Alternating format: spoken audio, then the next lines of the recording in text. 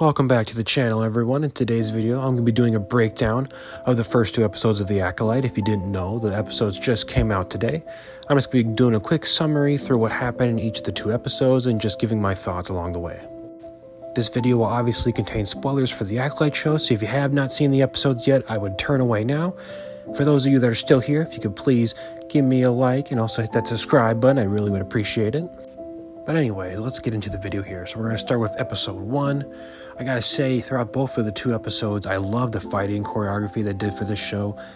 It was pretty top tier, and it's something we don't really get to see a lot in the world of Star Wars. We don't get to see Jedi, fighting hand-to-hand combat, not using their lightsabers.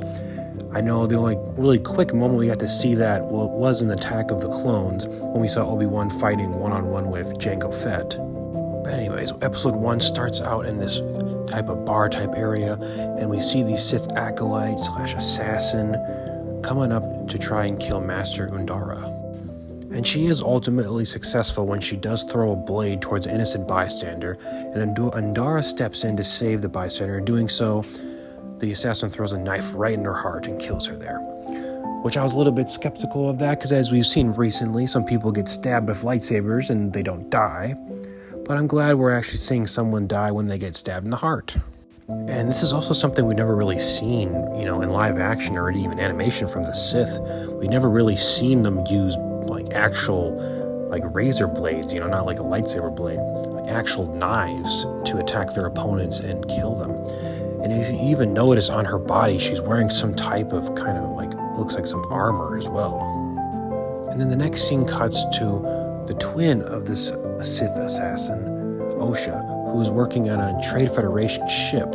We get to see some Neimoidians, which was pretty nice to see, as we haven't really seen them in quite a while. The two Jedi come aboard the ship and they question her, asking her if she was the one who assassinated the Jedi Master, and they have the bystander who was there, and of course says that it was her, because of course she looks exactly like the assassin since they are twins. But as she is being taken to prison and to stand trial, the other prisoners try to escape and the ship ends up crashing. And on this snowy ice planet, Osha sees a vision of her younger sister, May, and then at this point she realizes that she is still alive. And here we get to see Coruscant again. It was really nice to get to see Coruscant live action again, looking better than ever. And we get to see Master Soul, who is the actor who plays him is the guy who was in Squid Games, if you don't remember. And it turns out that he was actually the master who trained Osha. She was accepted into the Jedi Temple at 8 years old, which if you don't know is quite old to be getting accepted into the temple at all. And here they kind of go over some of the backstory of May and Osha. That May actually caused a fire which killed their parents, and Sol tried to save both of the two twins, but he was only able to save Osha.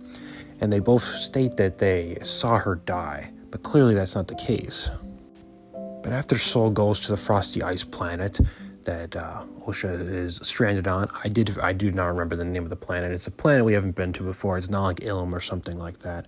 But he goes to the planet, they save her, planning to take her back eventually, until they receive an alert that May is actually on a different planet and she attempted to murder another Jedi Master. And we find out that she has 4 masters that she wants to take revenge on and kill.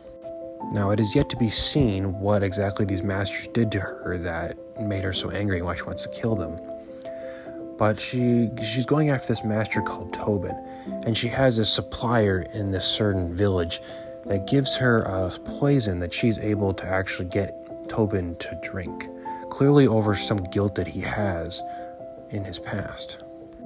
But even before that, I should have mentioned at the end of episode 1, we actually get a brief look at her master as they ignite a red blade, standing on some rocks on some certain planet. We don't get to see their face. I'm pretty sure they're wearing a mask.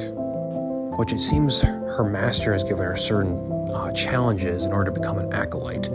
Like one of them is killing a Jedi without using a weapon.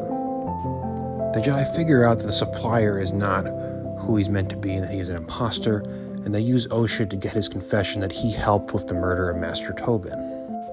They use him as bait so they can capture May. Sol tries to confront her and try to essentially turn her back to the light side and have her bring her back with him to the temple. He tells her that Osha is still alive, and of course she doesn't believe him, But then she sees Osha standing right in front of her, aiming the stun gun at her. And Osha misses the shot. Not sure if that was on purpose, or maybe it was. Maybe it was just her nerves seeing her sister alive. But May is essentially able to get away using the sand. She blinds the Jedi and is able to get away. She does meet up with the supplier again, and he states he has a way to get off the planet and can help her find the next Jedi, which is the Wookiee Jedi, which is, as we see at the very end of episode 2, him on this jungle-like planet. We see him force grab a blaster away from some individual and walks back into his little hut, and that's where the scene ends. I gotta say, I didn't really know what to expect from this show, but I was pleasantly surprised. Like I said, I really loved the fighting choreography. It was really refreshing to see. It was something new.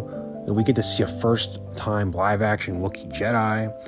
I love that. I also love that they also had tons of aliens in the background, if it was in a bar or in the streets, because some recent shows of Star Wars haven't been doing that like they used to do in the old movies.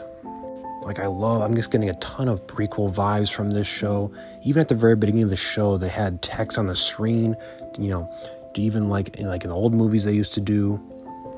I definitely had some doubts of Leslie Headland, regarding some of the comments she had made before the show came out, and I was skeptical.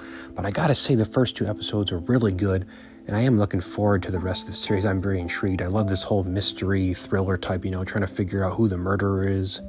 And like I said, I can't wait for more. I'm looking forward to the next episode. I'm assuming they're going to be coming out on every Tuesday now, with just one by one. I'd love for you guys to leave your comments down. Just give me your thoughts, opinions on the show so far, if you like it or not. Leave a like on the video. Give me a subscribe.